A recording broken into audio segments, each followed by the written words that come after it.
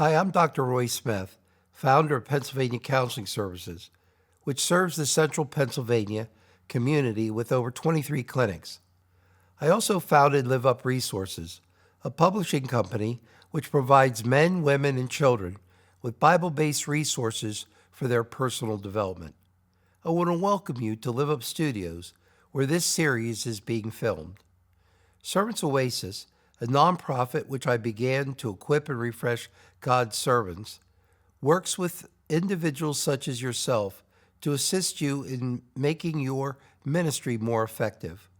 We believe that 80% of God's work is done by only 20% of the people, and they're exhausted. Servants Oasis has sponsored this series of videos, which was created specifically with you in mind.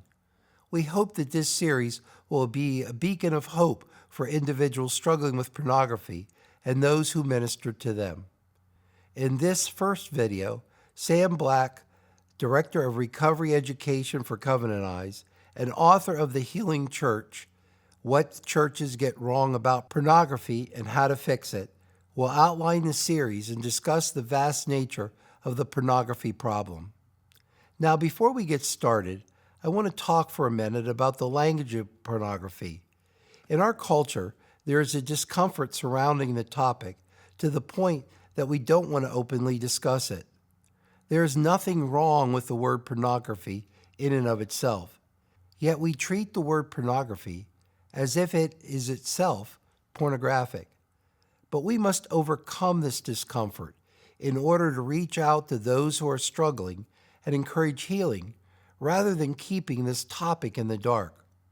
What we hope for as we go further into informing you about this area of struggle is that you become more comfortable praying about this area of people's struggles, talking about this area of people's struggles, and especially listening openly to those who are hurting.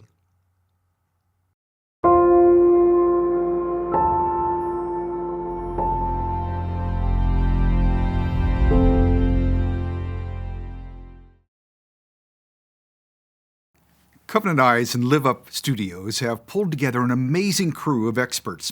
The sole aim of this series is to better equip pastors and ministry leaders to address the hidden pandemic of pornography in the church today. You are on the front line, and we want to arm you and your church leaders and volunteers to address pornography well. This is a series and training that we hope you will share with your entire church or ministry leadership team. But be warned. In taking this training, you are becoming part of an elite force.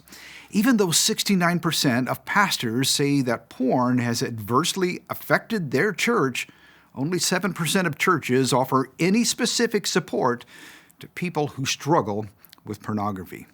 Meanwhile, 2/3 of men and 1/3 of women in the church say they have an ongoing struggle with pornography. We can do better. The good news is we can learn from good examples. In writing The Healing Church, I visited churches and met with leaders across North America who are addressing pornography well. And these churches are confronting the issue with poise and purpose. This series and resources that are part of it will equip you for a battle that is raging behind the scenes in people's personal and spiritual lives and in their relationships. Understandably, you might have reservations. You might be thinking, wait, do we really want to talk about pornography in the church? If so, do we limit this to our men's weekend retreat and talk about the importance of purity? How do we even get this conversation started in the first place?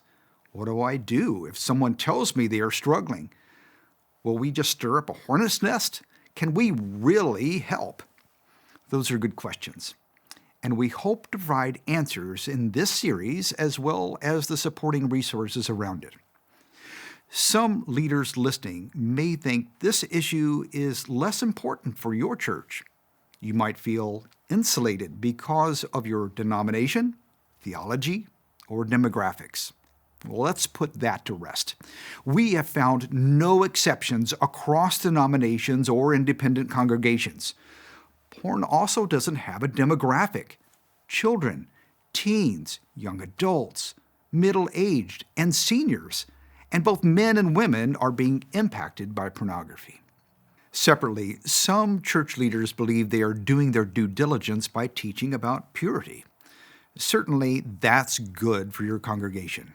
But in our experience, purity sermons don't help those who are trapped in a stronghold very much, because those people already know they need to be pure. In our coaching and counseling, we often ask people, do I need to tell you that pornography is sinful and that it's harming you and your relationship with God and others? And the answer is typically, nope, I know it's bad. Instead, people need answers to understand, how did I get stuck? Why do I seem to stay trapped even when I try hard to break free? How and who can I ask for help with my secret sin? What steps can I take to receive God's healing and live in true freedom? Porn isn't just an embarrassing discussion. It's an imperative one and needs ongoing attention. Pornography isn't just unbecoming. It's weakening individuals and families in your church.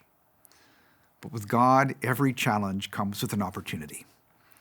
Every Goliath meets not David, but the spirit within him. Porn in the pews isn't a giant to shrink from or shake our heads about. It's a juncture that shows how God's power turns the miserable into mentors. God rescues people, even Christians, and helps them turn their maladies into ministry. And when the local church sets its heart on this work, that church becomes stronger, producing servants who give greater care to others and make their pastors' workloads easier. People who experience true brokenness, who surrender to discipleship and life change, become strong servants to the body of Christ and healthier as people overall. When the selfish become selfless, when the idolaters learn to worship Christ, when the prideful become meek, they become more fulfilled as servants and filled with purpose. Today, the local church has choices. It can largely ignore the problems of porn because they are too unseemly. It can chastise, rebuke, and cast out, which will just send more people into hiding. Or it can lead people through a grace-filled process to the foot of the cross, where strongholds are crushed and where stronger servants arise. Thank you for joining us on a quest to set captives free and from the often secret and hidden struggle with pornography.